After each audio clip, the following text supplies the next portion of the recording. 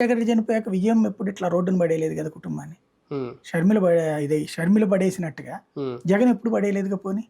అవును. ఉమ్, తను కానీ ఇంకా నాన్న పేరుని పెంచాడు. ఉమ్, ఇంటి గుట్టు అనేటువంటిది ఇంట్లోనే ఉండాలి. ఉమ్, అది మీ నలుగురు మధ్యలో ఉండాలి. ఉమ్, బయటికి తీసుకొచ్చి రోజు మాట్లాడేది ఎవరు?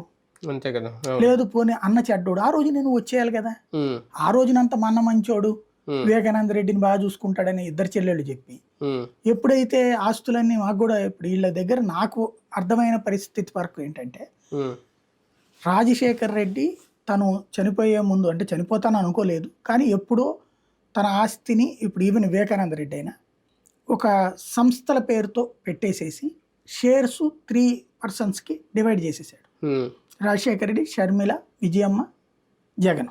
ఉమ్, వివేకానంద రెడ్డి సునీత భార్య తన పేరున ఉమ్, 3 ఉంచుకున్నాడు. ఉమ్, తన పేరున ఆస్తి అమ్మాయికి ఇద్దాం అనుకున్నాడు. ఉమ్, అందులో 4 ఎకరాలు ఏమో గనులు ఉమ్, కొత్త భార్యకి షమీంకి ఇద్దాం అనుకున్నాడు. ఉమ్, వీళ్ళది వచ్చేటప్పటికి ముగ్గురిది 3 ఆస్తులు రాసి ఇచ్చేశాడు ఉమ్, ఆయన.